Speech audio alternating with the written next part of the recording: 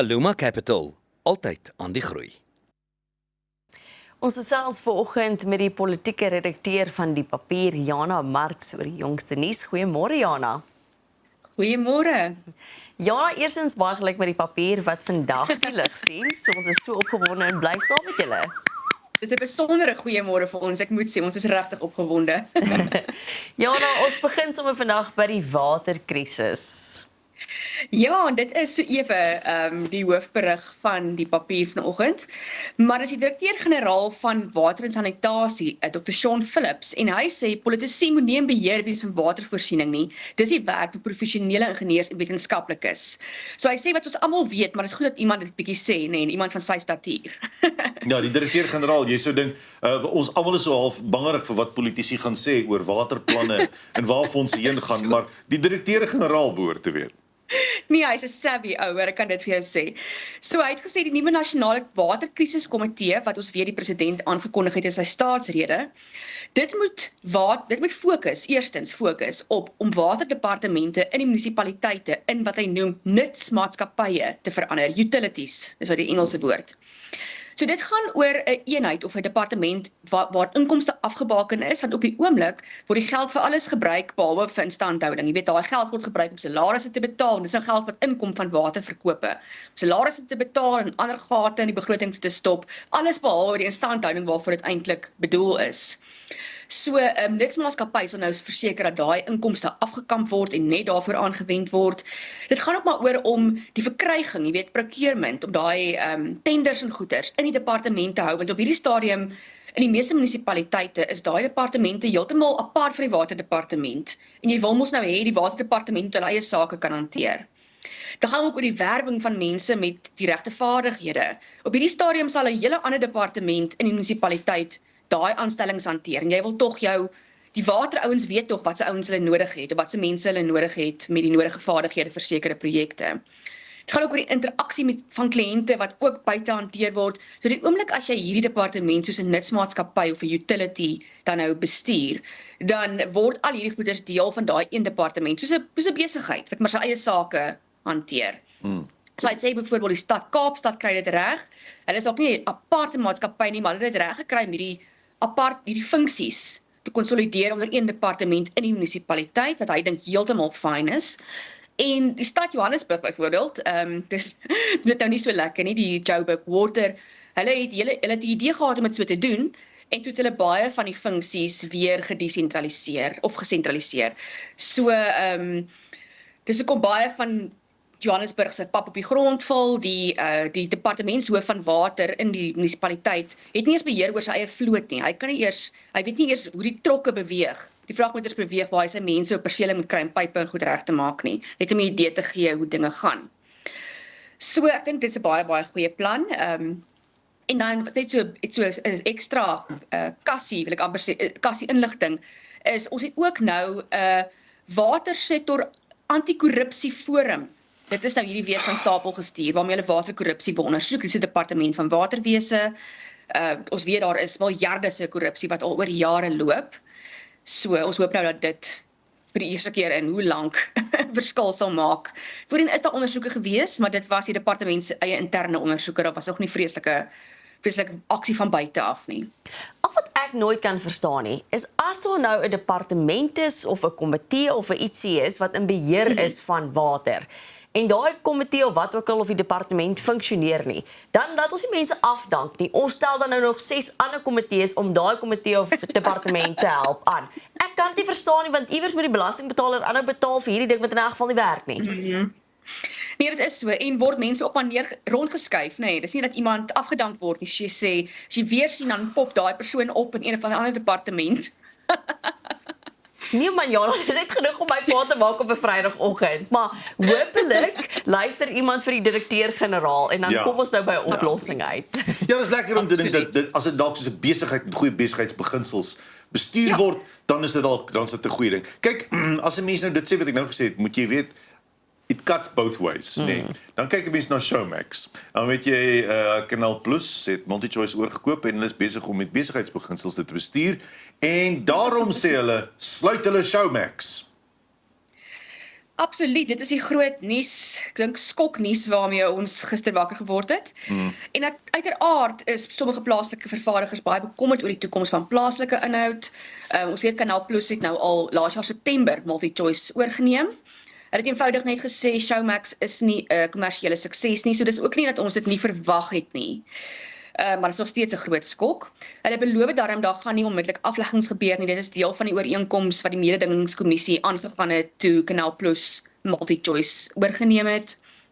Ja, dit was 3 jaar blok op enige afleggings.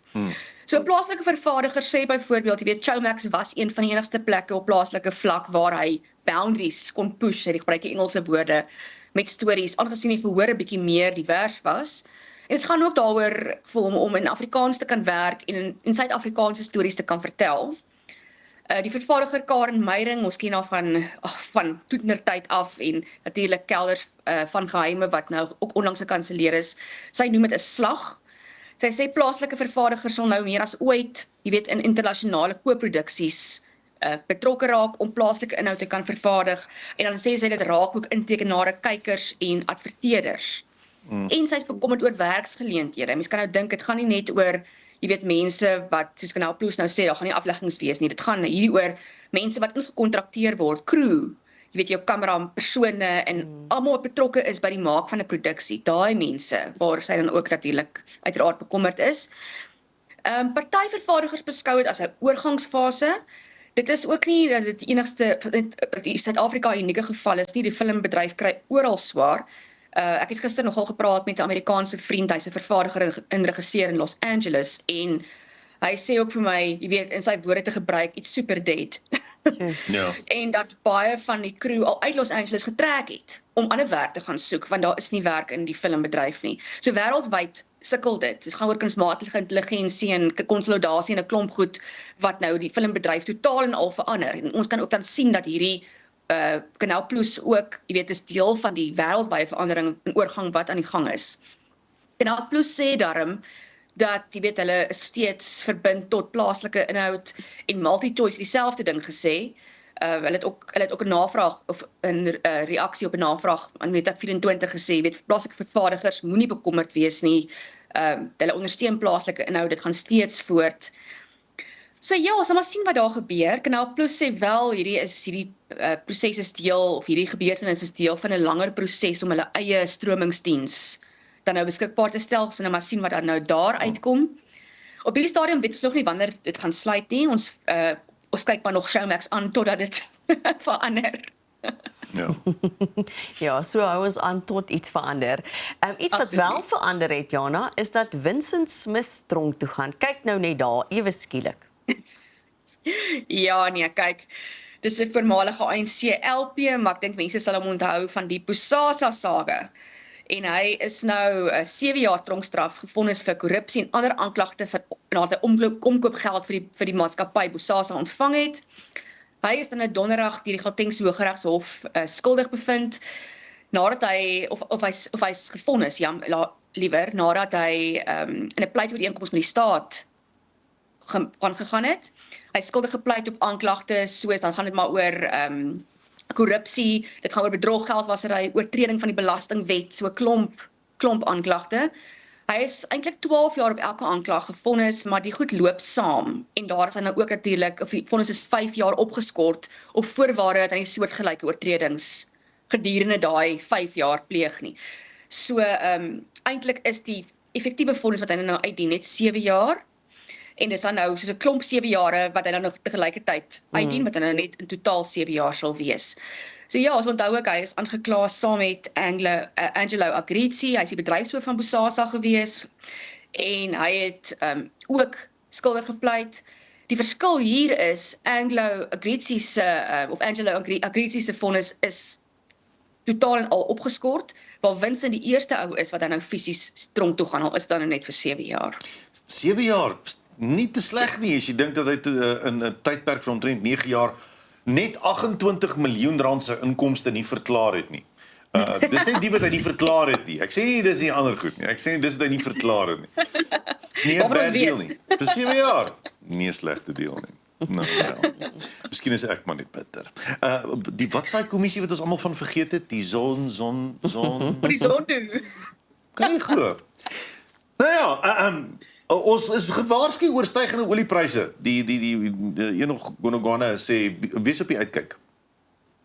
Ja, hy het met Bloomberg TV gepraat gister in Londen en hy sê dit gaan oor die konflik in die Midde-Ooste en hy sê dit kan Suid-Afrika se inflasie aanwakker. Hoewel ons Suid-Afrika sekere buffers gebou het om hierdie goeders te keer, wat kan help, is hy nog steeds bekommerd daaroor. Die prys van Brent olie het van dese week byna 16% gespring. En dit is nadat die skeepsverkeer tot stilstand gekom het in die straat van Hormuz. Dit is die kanaal waar die 1/5 van die wêreld se olie vervoer word, daar in die oorloggebied. Teen Iran, ja. Ja, natuurlik. Ja, die oorlog teen Iran. So, hy sê hy is maar bekommerd daaroor. Die regering, dit is nou 'n week op wat nadat hy die begroting gelewer het, die begrotingsrede gelewer het, en hoewel die begroting redelik optimisties was en daar 'n klomp buffers ingebou is allerlei planne gemaak vir infrastruktuur en dit nice goed toe ons nou vir 'n slag bietjie kan. Maar jy weet hy het gesê ook, hy het vir Bloomberg gesê ook, jy weet hierdie begroting is nie geskryf met 'n oorlog teen Iran in hulle agterkoppe nie. So dit kan dalk wees dat daar veranderinge gaan moet kom, wat eintlik jammer sal wees want ek dink Suid-Afrika is op 'n baie goeie opwaartse trajeksie. So dit is maar 'n bietjie van 'n ons is wel 'n bietjie bekommerd daaroor. As Gonogwana bekommerd is ek bekommerd. Hy weet immers wat aangaan, hy is die minister van Finansies. Ja, verseker, dit is iets wat ons almal wil dophou. En weer eens ook hoop dat daai oorlog nie verder uitbrei nie en dat ons hopelik oplossings sal kry. Maar Jana, intussen het die staat gesê hulle betaal die volle rekening vir back and close inentings. So daar was hierdie week wat gevolg het 'n bekgeveg op X oor die prys van enstowwe vir back and close liewer. En dit kom toe SAI se uitvoerende hoof Theo de Jager aangevoer het. Die enstof kos eintlik R45 per dosis, nie R300 soos wat die departement in 'n media navraag gesê het. Hulle het in Desember op 'n media navraag geantwoord en gesê dis R300 per jaar of per koei per jaar. So de Jager het gesê nee, is R45 per dosis en hy het dan gevra ook, jy weet wat klink soos profijt, wat die departement dan nou maak.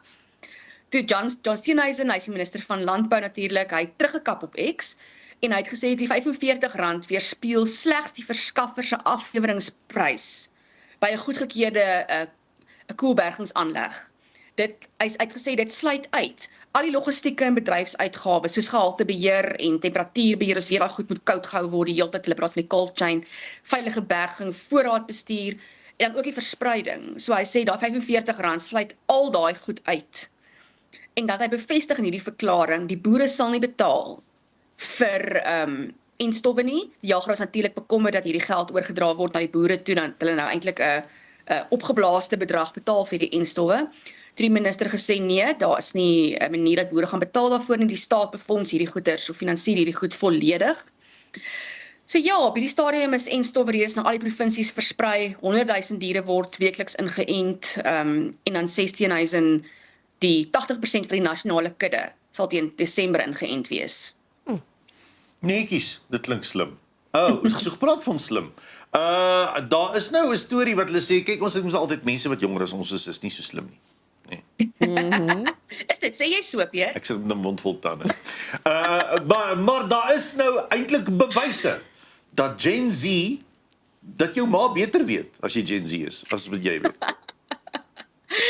Ja, so generasie Z, in Afrikaans of Gen Z, dis nou mense wat gebore is tussen 1997 en 2007, ek is daarom voor dit, is volgens die Amerikaanse neuroloog en opvoedkundige Jared Howarth die eerste generasie ooit wat nie al ouers in sekere kognitiewe vaardighede verbygesteek het nie. Sê ek wat so sê nie, is navorsing wat so sê, Gen Z. So die navorsing wat data uit 80 lande insluit, fokus op hoe kognitiewe vaardighede beïnvloed word deur digitale tegnologie. En dan praat hulle van skermgebaseerde onderrig, online learning. So, Howarth sê dan ook, jy weet, dis die eerste generasie wat met skerms groot word. Dit word beamoed deur Dr. Anke Brandt, sy's nou Hartbeespoortdam of van Hartbeespoort en sy's ook 'n kenner op hierdie gebied. Sy sê ook, dis die eerste generasie wat groot word met skerms in hulle gesigte. En ouers natuurlik in Suid-Afrika voel ook dis veiliger om hulle kinders binne in huis te hou, wat natuurlik veiliger is, maar dan vergeet 'n mens soms dat om binne in huis te wees baie keer gepaard gaan met baie skermtyd, televisie en selfone en tablets en speletjies op skerms. Natuurlik speel kunsmatige intelligensie ook 'n rol. So ja, die wetenskap wys blykbaar dat generasie X die eerste generasie is wat nie slimmer as hul ouers is nie. Weereens nie ek wat so sê nie, dis die wetenskap. En ek is so bly al drie van ons is voor dit gebore. Jana, baie dankie vir die saamgesels. Weer eens geluk met die papier en dankie vir jou tyd vandag. Dankie julle. Bye-bye. Dit is Jana Marx, die politieke redakteur van die papier, bly ingeskakel net hierna ons terug. Aluma Capital, altyd aan die groei.